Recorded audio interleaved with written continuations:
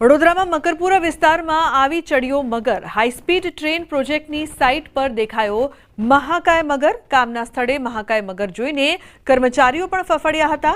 મગરને rescue કરવા JCB મંગાવવું પડ્યું। ભારે જહેમત ઉઠાવીને મગરનું રેસ્ક્યુ કરવામાં આવ્યું। મગરનું રેસ્ક્યુ કરવામાં 3 કલાકનો સમય પણ લાગ્યો।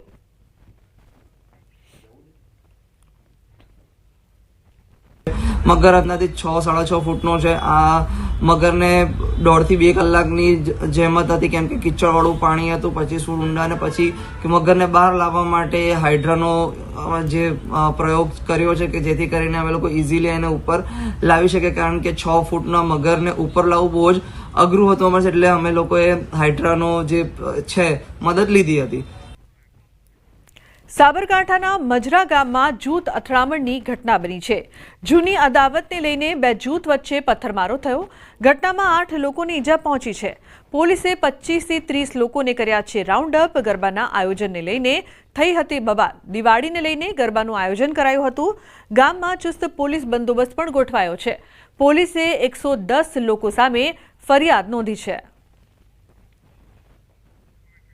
તો ગામમાં ચુસ્ત પોલીસ બંદોબસ્ત ગોઠવાયો હતો। સાબરકાંઠાની આ સમગ્ર ઘટના છે। મજરા ગામમાં જૂથ અથડામણની ઘટના બનતા પોલીસ દ્વારા કાર્યવાહી કરવામાં આવી હતી। તો જૂની અદાવતને લઈને 2 જૂથ વચ્ચે પથ્થરમારો થયો હોવાનું સામે આવ્યું છે।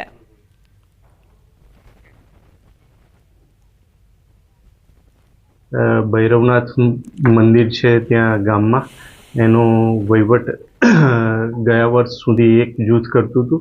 આ વખતે બીજું જૂથ કરી રહ્યું છે। અગાઉ થોડા વર્ષો પહેલાં એક જૂથની દીકરીના લગ્ન અન્ય જૂથની વ્યક્તિ સાથે થયેલા છે। આ જૂની અદાવત બાબતે આ બનાવ બનવા પામેલ છે। રાજકોટની સિવિલ હોસ્પિટલ એકવાર ફરી વિવાદોમાં આવી છે। વેન્ટિલેટરમાં આગ લાગતા વૃદ્ધ દર્દી દાઝી ગયા હતા। માંગરોળના વૃદ્ધને મોઢા પર ઈજા પહોંચી હતી। તંત્ર દ્વારા ઘટનાને દબાવવાનો પ્રયાસ કરાયો હતો। બેદરકારીને છુપાવવા તંત્રએ એમએલસી પણ ન નોંધાવી। આગ લાગી તે વોર્ડમાં સીસીટીવી કેમેરા ન હોવાનું પણ ખુલ્યું। જવાબદારો સામે તપાસ બાદ કાર્યવાહી કરવામાં આવશે। જો દર્દીનો જીવ જાત તો જવાબદાર કોણ, તેને લઈને સવાલો અહીં ઉઠી રહ્યા છે।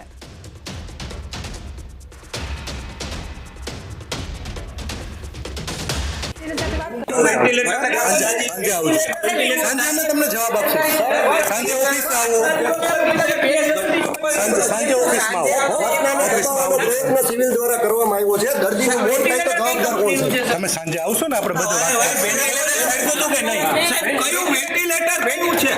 તમે સાંજે આવશો, બધે જવાબ આપશો। તો વેન્ટિલેટરમાં આગ લાગતા વૃદ્ધ દર્દી છે જે દાઝી ગયા હતા। ધારાસભ્ય દર્શિતા શાહે પણ આ જે સમગ્ર ઘટના છે તેને જોઈને નિવેદન આપ્યું છે કે આ અંગે કાર્યવાહી કરવામાં આવશે। સાંજે